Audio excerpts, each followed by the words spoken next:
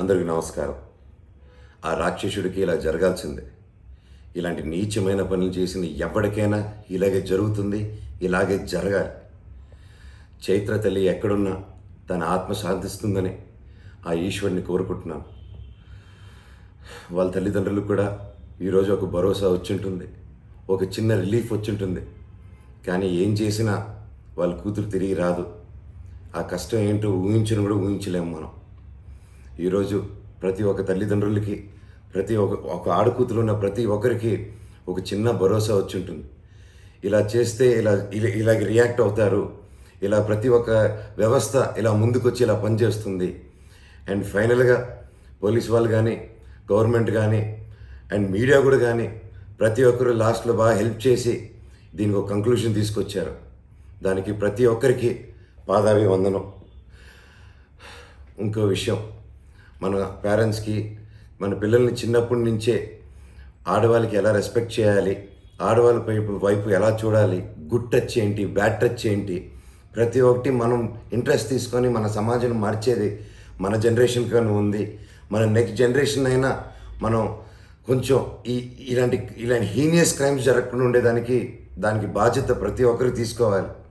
And తీసుకుంటారని కోరుకుంటున్నాను. And ప్రతి ఒక్కరు ప్రతి ఏరియాలోనూ, మీ ఏరియాలోనూ చూస్తూ ఉండండి. మీ ఫ్రెండ్స్లో గాను, మీ ఫ్యామిలీ మెంబర్స్లో గాను ఎవరైనా డిఫరెంట్గా బిహేవ్ చేస్తూ ఉన్నా, సస్పిషియస్గా బిహేవ్ చేస్తున్నా, ఒక ఆడవారి పట్ల ఏదైనా ఒక బ్యాడ్ కమెంట్స్, ఒరే ఆ అమ్మాయి చూడరా అబ్బా అనుకుంటే ఇలాగ ఒక అమ్మాయిని వర్ణించడం వేరు, ఒక అబ్బాయిని వర్ణించడం వేరు. కానీ ఒక అసభ్యంగా వర్ణించడం అంటూ ఉంటుంది చూడండి. అలాంటి వాళ్ళని ఉంటే గుర్తించండి, వాళ్ళని బ్రెయిన్ వాష్ చేసేదానికి ప్రయత్నించండి. అండ్ వాళ్ళ మీద ఒక కన్ను పెట్టుకోండి. ఇది ప్రతి ఒక్క బాధ్యత.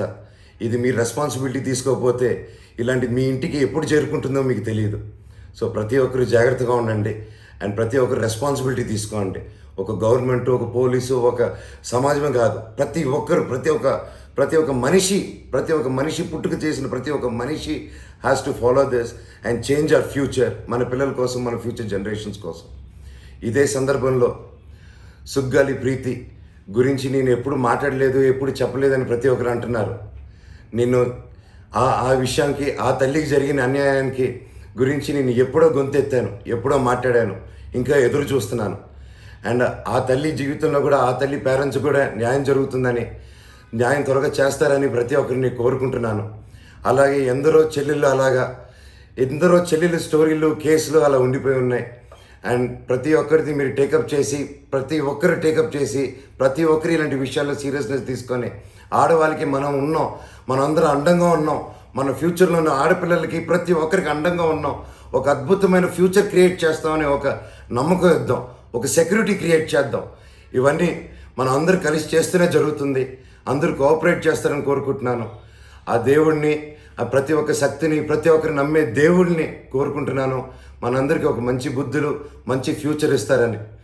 అండ్ చైత్ర విషయంలో హెల్ప్ చేసిన ప్రతి ఒక్కరికి మీ పాదాలకి నా వందనం.